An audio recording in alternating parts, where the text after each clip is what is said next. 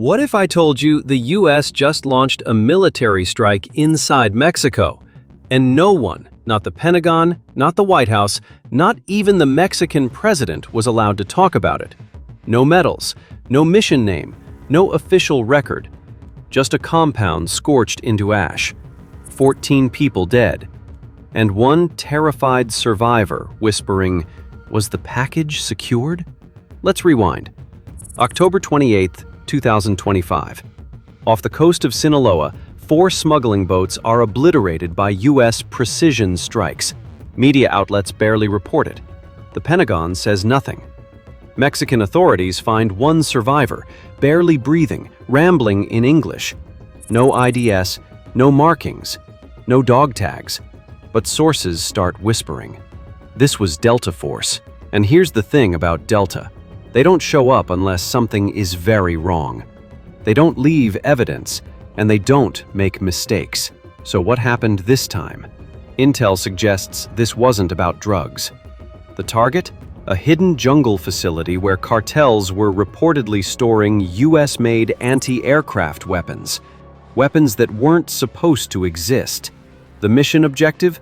Erase the site before it could be traced. Enter Delta Force. Zero support, no formal authorization, just silent insertion by air and sea. Their job? Clean, fast, untraceable. But something went wrong. The compound erupted. Radio silence followed. Then, out of nowhere, US warships repositioned. Within hours, 4 cartel boats were gone. The mistake? That one survivor. He wasn't supposed to live. Found days later, delirious. His first words were chilling. "Did we secure the package?" That one phrase told us everything.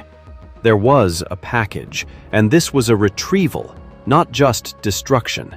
Sources say the package may have been a defector, a US national working with cartels, or worse, an American operative who switched sides. Now the mission's real goal wasn't just to destroy. It was to bring something, or someone, back. And this is where it gets darker. Military insiders call it a black tier operation, meaning it doesn't exist, even in classified files. Delta was deployed without State Department approval. No international agreement, no oversight. Just a phone call. One mission. In, out, silence. Which begs the question, who has the authority to launch something like this? And keep it buried? A rogue chain of command? A secret faction in the intelligence community? Or something far above even that? A week later, something strange happened. The Mexican government issued an arrest warrant for a foreign agent operating without permission. They didn't say who, but anonymous sources say the warrant was never meant to be executed. It was symbolic, a message. Because here's what leaked next. The survivor? He wasn't cartel. He was an American intelligence asset, left behind. Delta Force may have been sent to clean up their own mess. Now imagine this. A US soldier extracting a fellow American who may have turned on his country. And the only reason we know is because he didn't die fast enough. But the aftermath raised even more disturbing questions. Why did the strike continue after radio silence? Who ordered naval backup for a mission that was off the books? And why did satellite imagery show a convoy of unmarked vehicles leaving the area hours before the explosion? Some analysts now believe the package wasn't human at all. It may have been data, a hard drive, encrypted tech, or biological material linked to experimental weapons. Something too valuable to leave behind. And just like that, the narrative shifts. This wasn't a cartel hit. It was containment. This isn't just one mission. It's a warning shot. The US just proved it's willing to bypass law, borders, and public accountability when the stakes are high.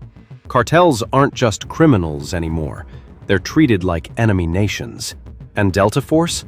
They're not just warriors. They're ghosts, sent to fix what can't be acknowledged. The question isn't, did this happen? It's, How often is this happening? And how long until it blows wide open? Because 3 more operations have already been traced. Same signature, different continents. One in Africa, one in Eastern Europe, one closer to home. This story won't make headlines, but the next one might. You're early. Stay tuned, because what's coming next will make this look like the warm-up. And if you think this is the end, you haven't seen what's still classified.